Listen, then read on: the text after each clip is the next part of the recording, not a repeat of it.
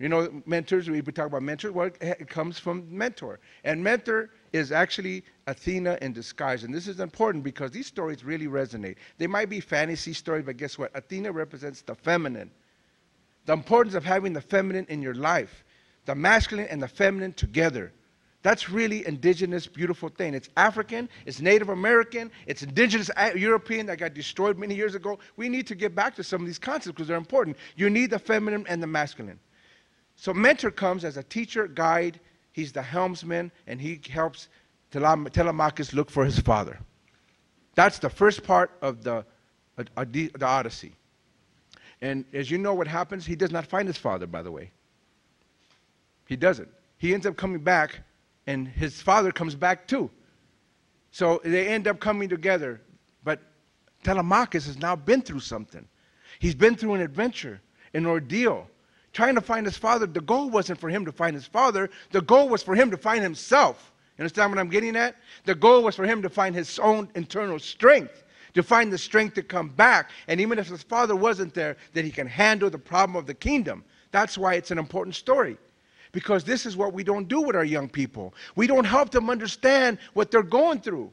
If they're going to prison, you're going to go through that kind of hell. Learn something from it. Carry it inside of you. What is it that that ordeal teaches you? That adventure, that life, that pain, what does it teach you? So you can come back and help the realm. You can come back and help the community. You can come back and help the society. You can come back and make it better. This is what Telemachus comes back. And guess what? With Odysseus and Telemachus together, eventually the story goes, they end up killing all the suitors. They get back the kingdom. He gets back his wife and the mother, and everything happens in a good way, right? But that's the story. Finding home, knowing how to get home, finding that homing instinct that you have within you. Because I have seen a lot of people raging fools. How many of you are raging fools? Raise your hands, don't lie. There's a lot more raging fools out there. I know you guys are raging fools.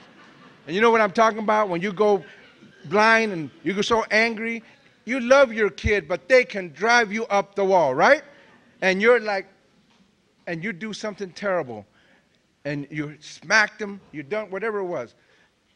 We're all raging fools. How do we find our home? How do we center ourselves? How do we find our peace? There's a beautiful concept in the bull ring, and I'm not much of a bull ring. I don't really care for the bull ring myself. The reason why is because every time I saw them, I kept rooting for the bull. But there's a beautiful concept in there, and that's the concept of querencia. Querencia actually means the homing instinct. And what it is the bull is the most dangerous when he finds his querencia. And that bull goes around that ring and, tries to get a point where he can attack. And you know what they do? Before the matador kills them, the picadores have to weaken them, to distract them, to disorient. It almost feels like how we are in society. We're being pushed around and weakened and picked on all the time. We're off our querencia. We're off our home. We're off our homing instinct. We don't even know how to get there. And then, of course, the kill comes, right? And it's easy to kill people who do stupid things. Because we do stupid things, okay, you go to jail. You do this. They got so many ways to get rid of us. But they got us all off from the very young age. So this is what happens with the bull. The bull is lost, confused. But every once in a while, he will find his querencia. He gets in that part of the bull ring where he is so powerful, so you can't even shake him. That's when the matador starts running. No, he don't start running, but that's where his bravery has to be, because that's when the bull is the strongest, is the most firm, and the most full, and that's when he's more in danger. So this is why I say it's important to know how to get home. All of Western literature is based on the Odyssey, and that's the struggle to get home. And when we don't have a home for people to come home to, then we're not doing justice to anybody. If our communities are being squeezed, we're not helping recreate and help those communities. If we're putting injunctions on whole neighborhoods and arresting whole neighborhoods, we're not helping those neighborhoods get strong and be able to handle these things. So I need to end because this is going to be a long day for all of you, and it's going to be a long day, and it's good. And I really wanted to share these things with you all because it's important for you to think of things and throw them around. And all your stories are important. And remember that really what our goal of our life is to actually live out our stories. Live them out. Somebody was saying those stories are written before you're born. You know what I'm saying? You're supposed to live out a story. And maybe you don't even know what your story is. That'd be good to find out. In the workshops I do in prisons, in the juvenile halls, and in the schools, my whole goal is to find your story. Always running is not any good if it's just me. And if you got a story, you got to put it out there. You don't have to do it in this form, in some kind of form. Young people are dying for the fact that we don't take the risk to tell our stories. Dying because they don't got nobody that they can look to and say, what have you been through? Show me the ropes. Dying because they don't even got, you know, and you can't even depend people, the old veteranos and OGs can't even come in along, help them along. Some of them are all lost and heroin addicted and crystal meth, and they can't even help them. They don't even got mentoring in the gangs anymore.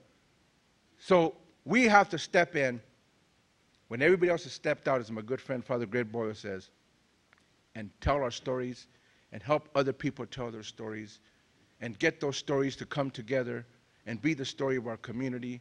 And like I say, this is not against the police. This is not against any of that stuff. But you know what it is?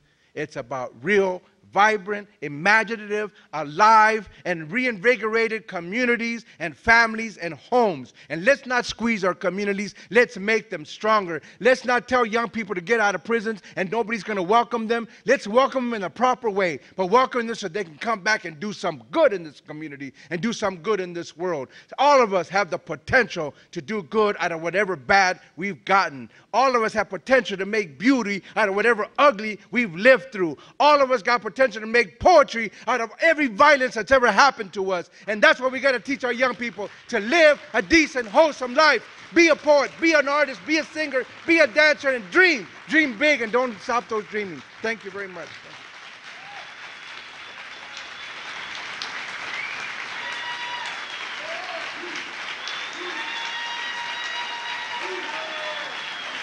Let's give it up for Luis Rodriguez.